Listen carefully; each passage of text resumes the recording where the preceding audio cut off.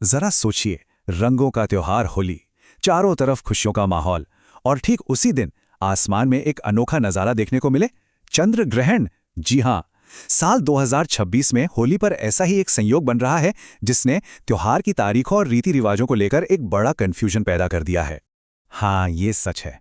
और यही सवाल आजकल हर किसी के मन में है।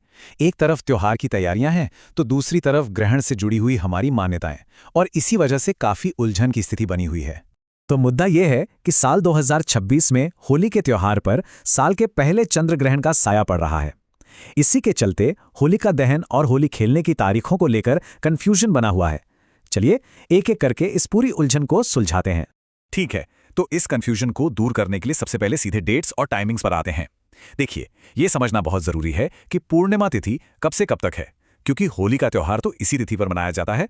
तो देखिए, फाल्गुन महीने की पूर्णिमा तिथि 2 मार्च की शाम 5:55 पर शुरू होगी और 3 मार्च की शाम 5:07 तक रहेगी। पारंपरिक तौर पर होली का त्योहार इसी टाइम विंडो में मनाया जाता है। अब एक और बहुत जरूरी चीज आती है, वो है सूतक काल। ये आखिर होता क्या है? ये चंद्र ग्रहण शुरू होने से ठीक 9 घंटे पहले का वो समय है जिसे धार्मिक मान्यताओं में अशुभ माना जाता है, और इस दौरान ना कुछ खास नियम फॉलो किए जाते हैं। और हाँ, ये टाइमिंग सबसे ज्यादा जरूरी है। जरा ध्यान से देखिए, 3 मार्च को सूतक काल शुरू होगा सुबह 6:20 पर, फिर ग्रहण शुरू होगा दोपहर 3:20 पर, और ये खत्म होगा शाम के 6:47 पर। बस यही 3 टाइमिंग्स हैं जो सारा कंफ्यूजन पैदा कर रहे हैं। तो सवाल ये है कि जब सूतक काल चल रहा हो तो क्या नहीं करना चाहिए? चलिए एक नजर डालते हैं उन कामों पर जिनसे बचने की सलाह दी जाती है। देखिए, मान्यताओं के हिसाब से सूतक के दौरान कोई भी शुभ काम, पूजा पाठ या मूर्तियों को छूना, ये सब नहीं किया जाता है।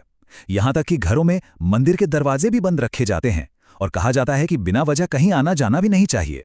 लेकिन इसका मतलब ये बिल्कुल नहीं है कि इस दौरान आप कुछ भी नहीं कर सकते, बल्कि इस समय का इस्तेमाल कुछ खास आध्यात्मिक कामों के लिए करने को कहा जाता है। तो क्या कर सकते हैं? आप मानसिक पूजा कर सकते हैं, मतलब मन ही मन अपने भगवान को याद कर सकते हैं, उनके मंत्र जप सकते हैं। और हाँ, एक और बहुत जरूरी चीज, जो भी खाना पीना पहले से बना हुआ है ना, उसमें तुलसी के पत्ते या कुशा घास डाल दी जाती है। ऐसा माना जाता है कि इससे उन पर ग्रहण का बुरा असर नहीं पड़ता। पर सवाल उठता है कि ये सब नियम हैं क्यों? देखिए, शास्त्रों के मुताबिक ग्रहण के समय सूरज और चांद को एक तरह से पीड़ित अवस्था में माना जाता है। इसीलिए इस समय को सेलिब्रेशन का नहीं, बल्कि आत्ममंथन और ध्यान का समय कहा गया है। अच्छा, अब बात करते हैं भारत की। इस ग्रहण का भारत पर क्या असर होगा, और सबसे बड़ा सवाल, क्या ये यहां दिखाई देगा? और ये जानकारी बहुत ही जरूरी है। जी हां, ये चंद्र ग्रहण भारत में दिखाई देगा। आपको बता दें कि इससे पहले के ग्रहण भारत में नहीं दिखे थे, इसलिए उनका सूतक भी यहां लागू नहीं हुआ था। लेकिन क्योंकि ये वाला ग्रहण भारत में दिखेगा, तो इससे जुड़े सारे नियम और सूतक काल सब मान्य होंगे।